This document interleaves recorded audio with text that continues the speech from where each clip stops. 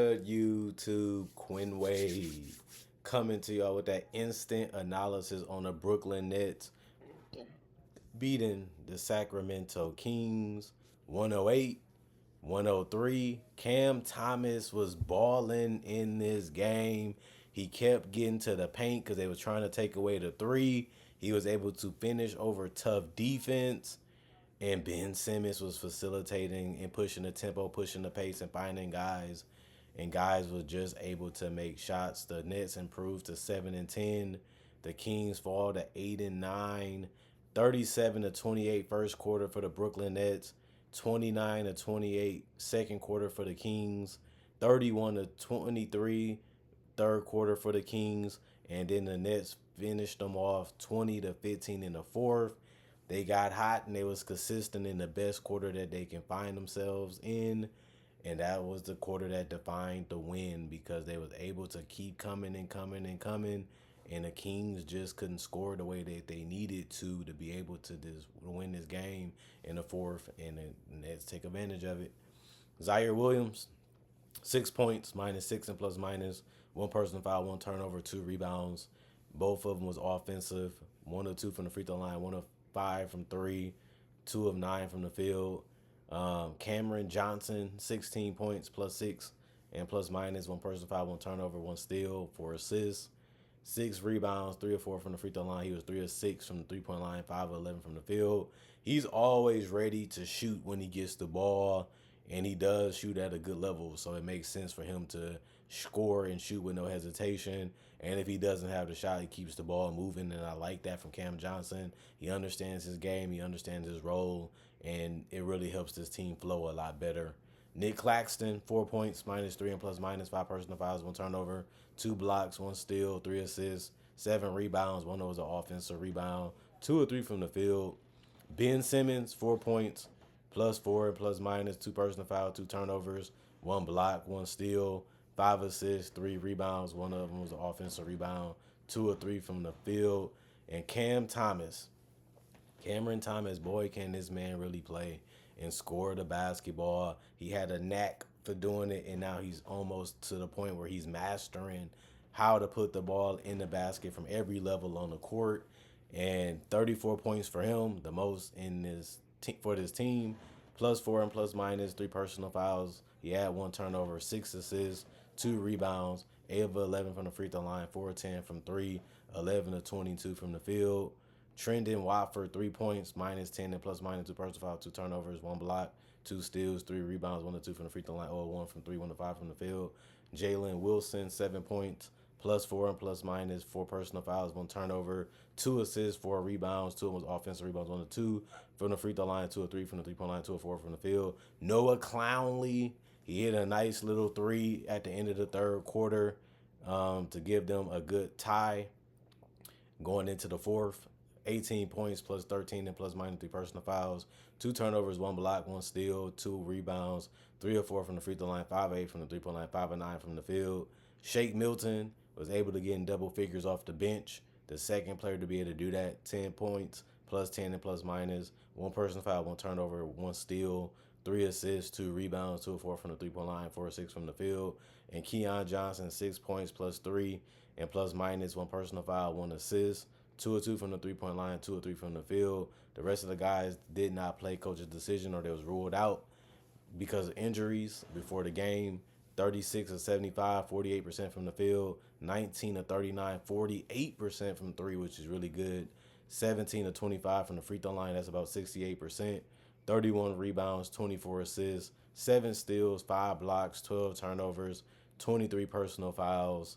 And only complaint is I wanted to see Ben Simmons take more than 3 shots, but I liked his facilitating. I liked him getting rid of the ball and finding guys and pushing the ball. I really liked him mixing it up offensively when it came to keeping teammates involved and not letting the offense get stagnant because they was getting shots that they liked and they couldn't go straight up and knock down. And that's the type of offense you do want to see. If you're not going to dribble the ball much, that can always help the flow. And I think that he did a great job of that and some good screening, too. Domantas Sabonis, 13 points, -2 and plus minus, 4 personal fouls, 4 turnovers, 1 steal, 7 assists, 18 rebounds, so a double double for him. Four offensive rebounds out of that, 1 of 3 from the 3 point line with 6 of 12 from the field. DeMar DeRozan, 18 points, four personal fouls, three turnovers, 5 assists, 5 rebounds. One of was offensive rebound, 4 of 6 from the free throw line, 0 of 2 from three, 7 of 18 from the field. Keegan Murray, 21 points, +8 and plus minus, four personal fouls, two turnovers, one block, one steal, 2 assists, 8 rebounds. Three of them was offensive rebounds, 6 of 8 from the free throw line, 1 of 5 from three, 7 of 14 from the field. De'Aaron Fox was 31 points. He's been on fire this last month, and he continues that unstoppable, unguardable play with 31 points, +5 and plus minus, one personal foul, two turnovers, two steals, 5 assists, one rebound, 8 of 12 from the free throw line, 3 of 4 from the 3 point line, 10 of 16 from the field. Kevin Herter got in double figures with 11 points, -4 and plus minus, four personal foul, one turnover, two blocks, 3 rebounds, 2 of 2 from the free throw line, 1 of 5 from the 3 point line, 4 of 8 from the field.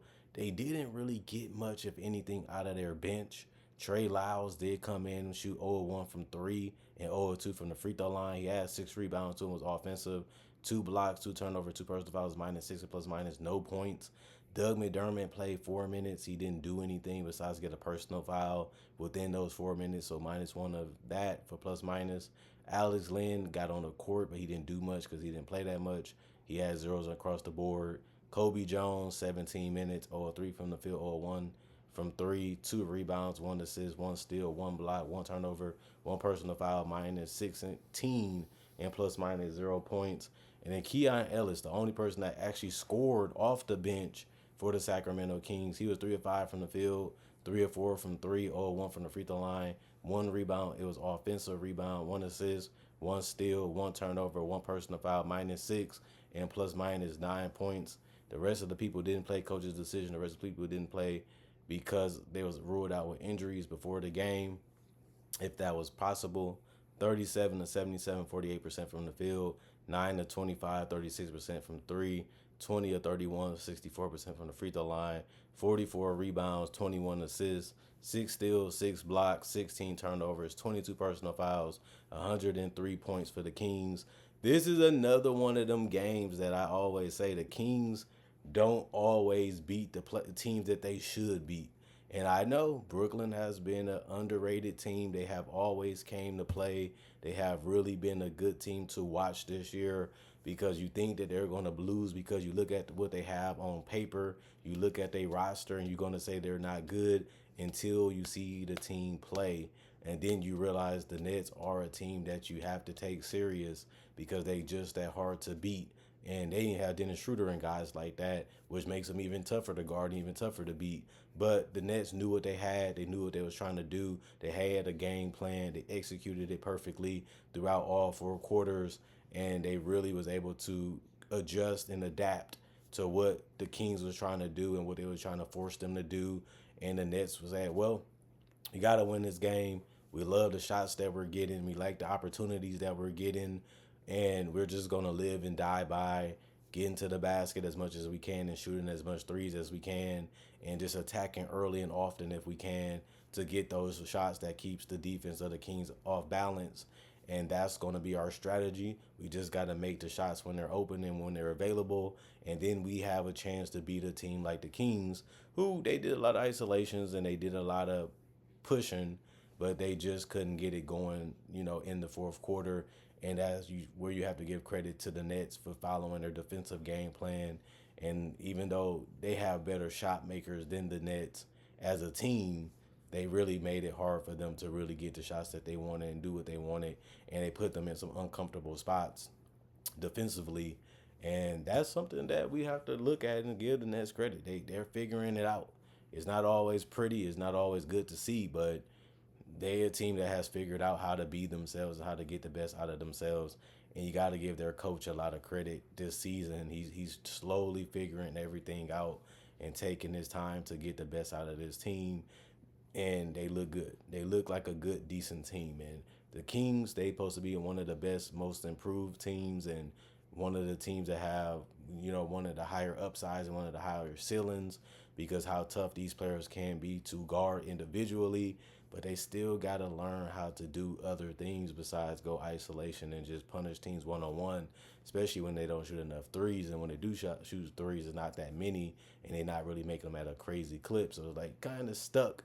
What do you really want to be great at? What you really want to be dominant at? Sometimes the Kings are just going out there playing basketball, and it's not a problem because that's how the game kind of forces you to be. Because the defense kind of make you do things you don't want to do, and that's their job. But this team always results back into, well, this didn't work. Let me just try to find a way to go one on one and score. DeMar DeRozan is good at it. Fox is good at it. Obviously, Sabonis in the mid range and the post is good at it. But that motion, free flowing offense is what Mike Brown is really good at in the 2020s. It doesn't really seem like this team has that type of identity. And I know they can do it because I seen them play 2 years ago, and this is before they had DeMar DeRozan. And I know that they can do it, especially at the addition of Keegan Murray as a guy that just wants to dunk and shoot threes, and he did a great job of that tonight. Um, but figuring out this DeMar DeRozan fit where he likes to still clear them out and let them go one on one, let them get to the free throw line, let them get a bucket. Nobody can stop it. He's really good at that. But they got to do better putting him in this offense and holding him accountable for being a ball stopper.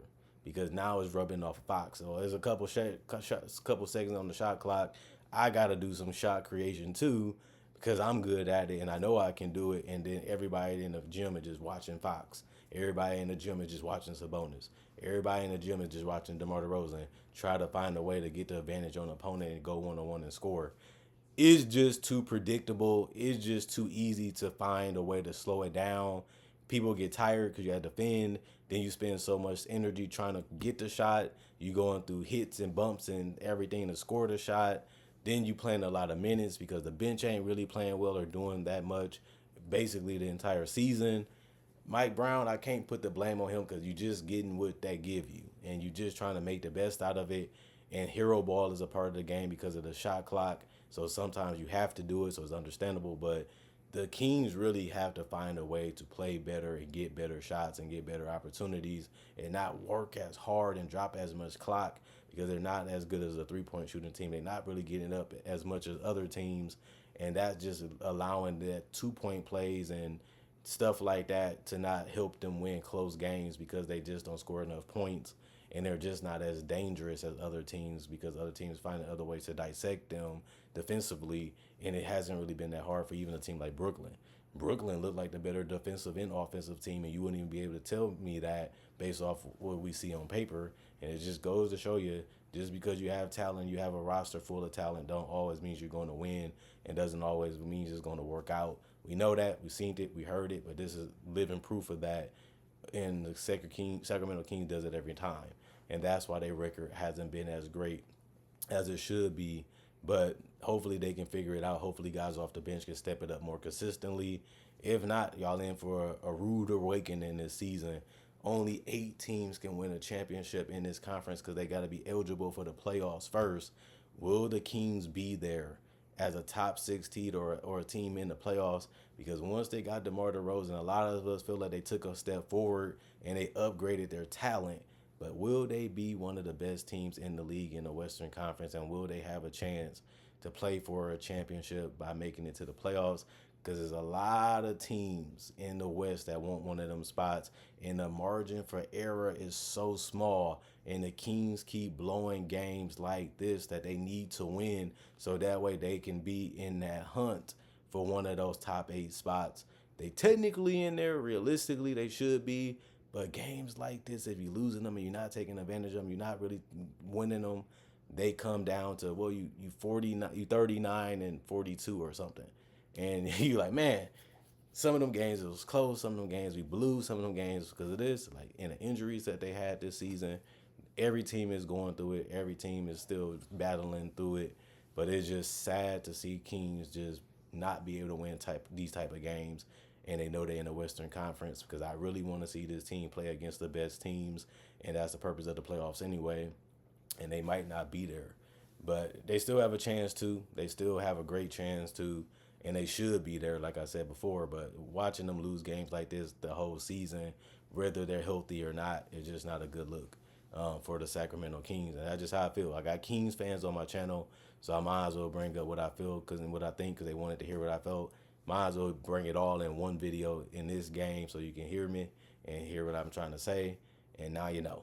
Comment, like, subscribe, share, hit the notification bell for more analysis. And if you like conversation videos just like this or breakdowns with real footage of legends, current players, future superstars, and rookies, I have all that already on my channel. Plus, I still make content like that on this channel. So you have a couple more that you can watch throughout the year and next year, hopefully. And if it's meant to be, then I have more content coming.